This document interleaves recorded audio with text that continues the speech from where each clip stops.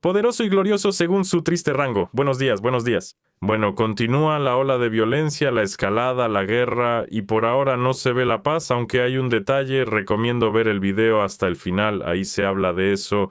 En resumen, desde Moscú llega una declaración sobre atacar los centros de toma de decisiones en Ucrania, que serán atacados, según Moscú, una vez más, de manera masiva. Así lo declararon los representantes del Kremlin, Marco Rubio, secretario de Estado de Estados Unidos, y aconsejaron a los supuestos líderes europeos que se alejaran de esos mismos centros de toma de decisiones y que no estuvieran cerca, porque podría ser peligroso. Por parte de Ucrania, a su vez, declaran que continuará el programa masivo de ataques a las refinerías de petróleo y, en general, a la estructura energética de Moscú. Además, al parecer, está comenzando una contraofensiva. De eso también hablaremos hoy, y además planean expulsar, deportar a los ucranianos de los países europeos. Bueno, pero esto no es pánico, en realidad hay un programa para, digamos, reasentar a parte de los ucranianos que no se comportan muy bien, de regreso a Ucrania, donde, según los socios europeos, nuevamente de esa misma Ucrania, pueden servir para diferentes cosas, para la economía, para el frente y para lo que sea que puedan servir. Pero también vean lo que dice Moscú desde el principio. Aquí se dice que las Fuerzas Armadas de Rusia atacarán los centros de toma de decisiones, en Ucrania, en respuesta a los ataques de las Fuerzas Armadas, en particular, contra el edificio educativo y el dormitorio del colegio en Starovelsk. Y dicen que los ataques de drones ucranianos ocurrieron en la noche del 22 de mayo. Cuenta lo siguiente. Todo esto ha colmado la paciencia. En las condiciones actuales, las Fuerzas Armadas de la Federación de Rusia comienzan a llevar a cabo ataques sistemáticos y consecutivos contra las empresas del complejo militar industrial ucraniano en Kiev, incluyendo lugares específicos de diseño, producción y programas. En resumen, todo esto. Drones, en el centro habrá otros tipos de ataques que se llevarán a cabo tanto contra los centros de toma de decisiones como contra los puestos de mando. El Ministerio de Asuntos Exteriores de la Federación de Rusia instó a los ciudadanos extranjeros, incluido el personal de la DNPS y representantes de organizaciones internacionales, a abandonar Kiev lo antes posible. Y a la gente común se le aconsejó no estar cerca de esos centros de toma de decisiones. Lo siguiente es que Lavrov le dijo a Rubio, en una conversación telefónica, que el ejército ruso comienza ataques sistemáticos contra objetivos en Kiev que Moscú considera relacionados con las Fuerzas Armadas de Ucrania. Según Lavrov, él informó oficialmente a la parte estadounidense que el ejército ruso está comenzando ataques contra instalaciones ubicadas en Kiev, supuestamente utilizadas para las necesidades de las Fuerzas Armadas de Ucrania, así como contra los centros de toma de decisiones correspondientes. Él informó a la parte estadounidense que las Fuerzas Armadas de Rusia están comenzando ataques sistemáticos contra objetivos en Kiev que se utilizan, en general, repitiendo lo que ya se había dicho. Pero aquí ya se está repitiendo para los estadounidenses, no solo para los ciudadanos europeos o ucranianos, a quienes se les pide mantenerse alejados. En cuanto al propio centro de toma de decisiones, probablemente haré otro video sobre todo esto. Pero previamente, el ataque contra él se realizó debido a un error de los servicios de inteligencia ucranianos que por error, una vez más, consideraron este dormitorio como un lugar de residencia para militares. Aquí, Medusa llevó a cabo una investigación. Por cierto, Medusa es un medio más pro-ucraniano que pro-ruso. Es decir, es absolutamente un medio pro-ucraniano. E incluso aquí hablan con cautela sobre este error. Se dice que en la noche del 22 de mayo las Fuerzas Armadas de Ucrania atacaron la ciudad de Starovelsk en la región de Lugansk anexada. Y debido a un dron, a varios drones, 21 personas murieron bajo los escombros. O sea, hay que entender que son jóvenes, de entre 18 y 21 años. Precisamente eso fue lo que provocó la represalia contra Ucrania. Rusia acusa a Ucrania de un ataque intencional y ya lo declararon en la ONU y lo anunciaron por los canales oficiales rusos. Se dice que en el dormitorio del colegio de Starovelsk de la Universidad Estatal Pedagógica de Lugansk había alrededor de 80 estudiantes en el momento del ataque. El edificio fue parcialmente destruido. Por su parte, Ucrania declaró que el objetivo del ataque en Starovelsk era uno de los cuarteles del destacamento Rubicón, la principal organización del Ministerio de Defensa para la Adaptación y Aplicación. En resumen, también es una especie de cuartel para drones. Pero uno de los periodistas extranjeros que el 25 de mayo las autoridades rusas llevaron a Starovelsk afirmó que en el edificio destruido realmente se podían ver cosas típicas de adolescentes. Y sobre este periodista, aquí no está claro quién es, qué hace, a quién trajeron. Pero, sin embargo, esa información se ha dado a conocer de todos modos. Él dice que no hay dudas de que eran estudiantes quienes vivían ahí. Los rescatistas contaron en detalle cómo sacaban a los jóvenes de entre los escombros. Y el interlocutor de Medusa no vio ninguna señal de presencia militar en el edificio. Después fueron destruidas varias casas más, incluido el edificio del Colegio Profesional de Starobelska. Es el edificio vecino al dormitorio del Colegio Pedagógico. El periodista no pudo acceder a ese lugar, solo le permitieron acceder a este. Luego mostraron los escombros, de drones con texto en ucraniano, y además información adicional. Luego, en blogs ucranianos y en canales de Telegram se difundió un documento supuestamente emitido por el director de un colegio profesional. O sea, ese era pedagógico y este es profesional, al que no entraron los periodistas. Una orden del 26 de enero, en la que el director de este colegio ordena encontrar lugares para alojar en el dormitorio a militares del 88 de la Brigada Motorizada de Fusileros. Una de las versiones está firmada por Barkov y la otra por Baranov, pero en las redes sociales dicen que probablemente esta orden fue falsificada. La verdad no soy muy experto en eso del Photoshop, así que si alguien sabe, dejen su opinión autorizada en los comentarios. Hasta el 25 de mayo, los periodistas de Medusa no tienen ningún dato de que el dormitorio del colegio profesional, y no del pedagógico, haya sido dañado en el ataque. O sea, el colegio pedagógico fue bombardeado. Ahí murieron 21 personas de 80. El profesional, no está claro qué le pasó. Bueno, y ahí también hay diferentes problemas. Al final, la suposición de los periodistas es la siguiente. El ataque al dormitorio ocurrió como resultado de un error de inteligencia. Esa es la razón más común por la que la munición de alta precisión impacta en objetivos civiles en las guerras modernas.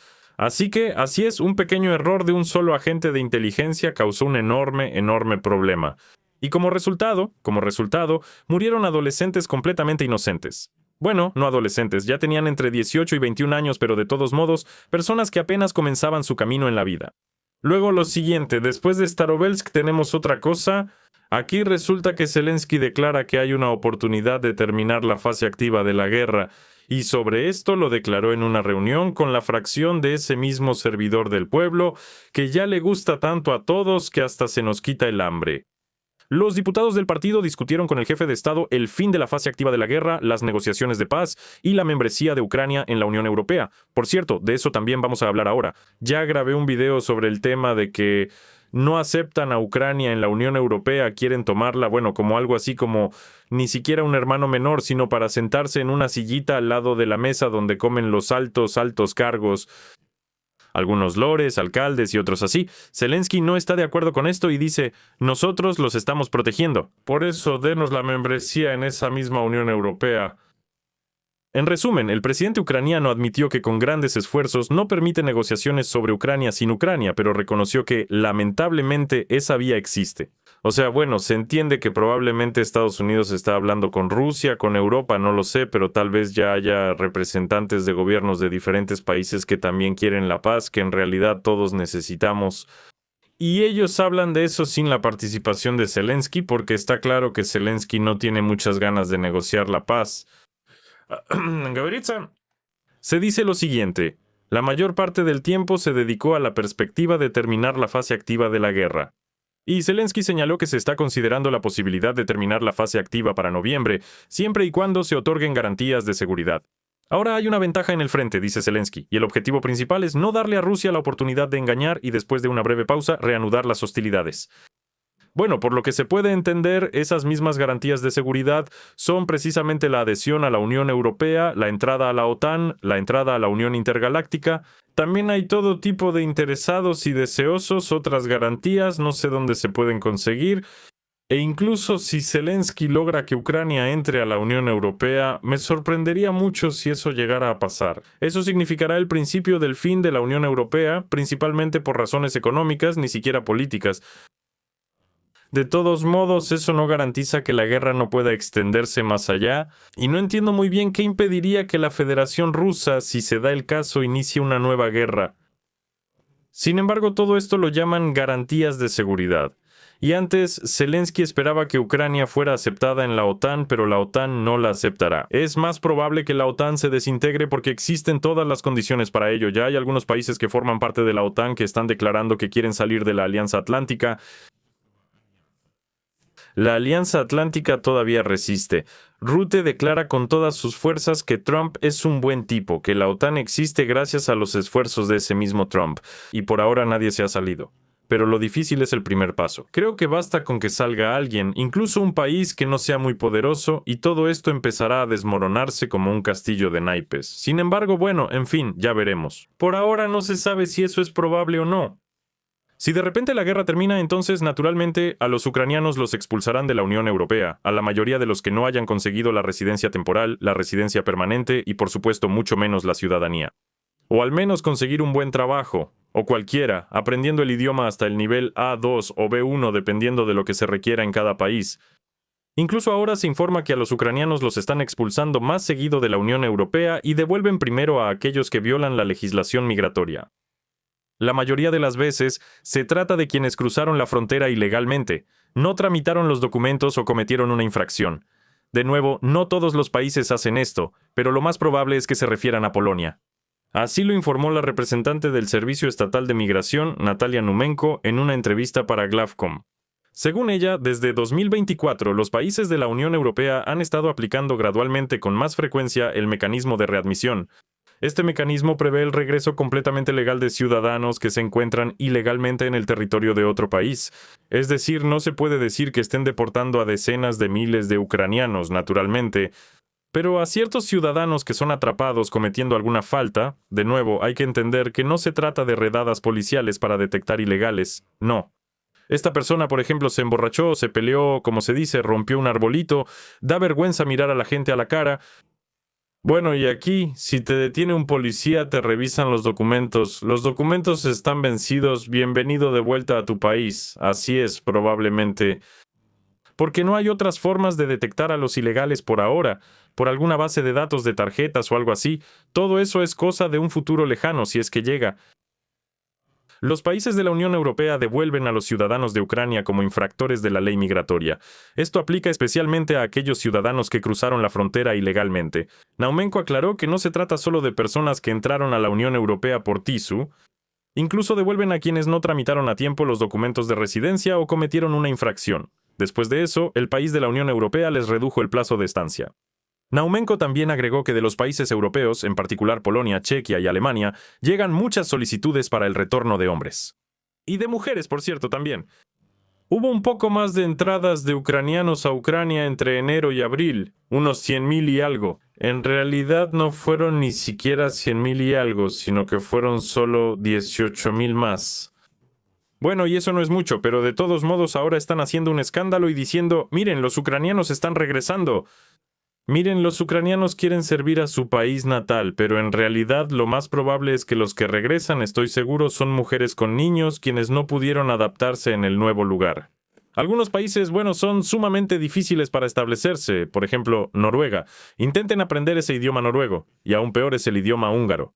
Cuando escuché a esos húngaros, la verdad, es una locura, ni siquiera pude repetirles el buenos días, porque eso no es un idioma, es chino, el idioma chino. Pero las personas, aquellos que realmente quieren, por supuesto, aprenden todo eso. Aquellos que no quieren o que por alguna razón no pueden, serán muy probablemente los primeros a quienes se enviarán de regreso. Al menos eso es de lo que están hablando ahora. Y así, por ejemplo, como confirmación, se dice que en Chequia están introduciendo reglas más estrictas para los ucranianos con protección temporal. El gobierno de Chequia adoptó nuevos cambios en la legislación del país y estos prevén el endurecimiento de las condiciones para la estancia de los refugiados de Ucrania. Esta enmienda será considerada en el Parlamento. Si de repente la apoyan, entonces a partir del 1 de enero del 27, es decir, literalmente en medio año, todo esto se implementará. Se señala por separado que las novedades no afectarán a quienes cumplan con la legislación, sino que estarán dirigidas a prevenir abusos y la migración ilegal. Así están las cosas con esta migración ilegal. Por ahora, no hay que hacer caso a quienes hablan de deportaciones masivas, de miles de personas o algo así. No, se trata de cientos, posiblemente miles en todo el conjunto de la Unión Europea en el transcurso de un par de meses. Pero esto de ninguna manera es algo masivo, no es un fenómeno masivo. Bueno, ahora pasemos de las aburridas estadísticas a nuestros divertidos servidores del pueblo, y no solo a ellos, en general, a todos los que dedican su tiempo a servirse a sí mismos. Por supuesto, no a nosotros. Nosotros no le importamos a nadie, no tenemos ningún valor para nadie. Y esto ya lo confirman los primeros espectadores, los que hablan del desnudo. Así que aquí tenemos el primer indicador para el cuarto. Sobre un fondo negro de algo de militar, de nuevo no se parece. Pero dice que aquí los estamos calmando, reclutando a la fuerza a sus ciudadanos y obligándolos a luchar. No pasa nada. Ahora en la unidad, pues de hecho estos hombres reclutados a la fuerza, si es así, ¿entienden a dónde han llegado? ¿Cambian de opinión respecto a lo que pensaban en la retaguardia cuando se les pedía? Voluntariamente estos centros invitan a las personas a acudir con ellos para actualizar sus datos, invitan a las personas a acercarse a ellos. Sí, invitación de datos, sí. Vamos a explicar lo más posible, amigos. ¿Tú estás aquí para eso? Ve allá la línea de árboles y aprende. Para dominar ciertos medios, obtener conocimientos, damos tiempo. Ella todavía está pasando por un periodo de adaptación. ¿Quién está pasando por eso? ¿Para qué? Bueno, en general todas esas cabezas parlantes dicen básicamente más o menos lo mismo. El siguiente aquí es de repente Laptin. Regresó de Italia, estuvo de vacaciones. ¡Miren qué bronceado está! Allá él contaba que Europa es un país que no conoce el miedo, en el que, según él, no hay guerra. Eso no le gustó. Y también el hijo del juez, que se desmovilizó por sus propias razones y anda contando por todos lados que es un veterano. Ahora, en todas partes, a cada paso simplemente dice que los demás son evasores. Todos son evasores. Aunque, bueno, mira a una persona. Sí, se desmovilizó, pero aún así puede servir en el ejército. ¿Cómo dicen ahora esas cabezas parlantes? No es necesario ser un soldado de asalto. Puedes entrar al ejército y ocupar un puesto como economista o contador. Así es, por favor. O cualquier otro puesto.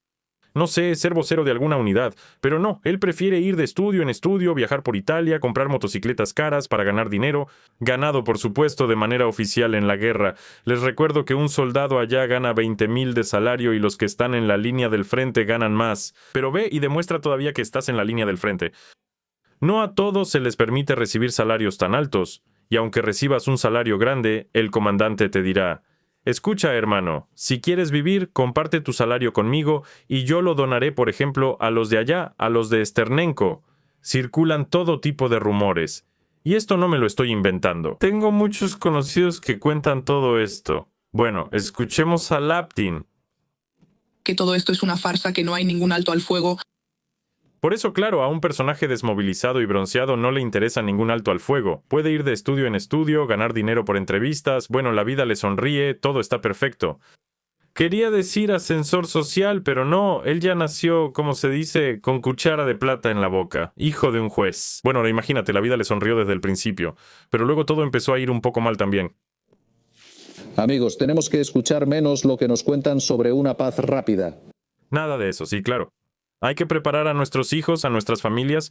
No sé si Laptin tiene familia o no para la guerra. Si la tiene, lo más probable es que esté en el extranjero.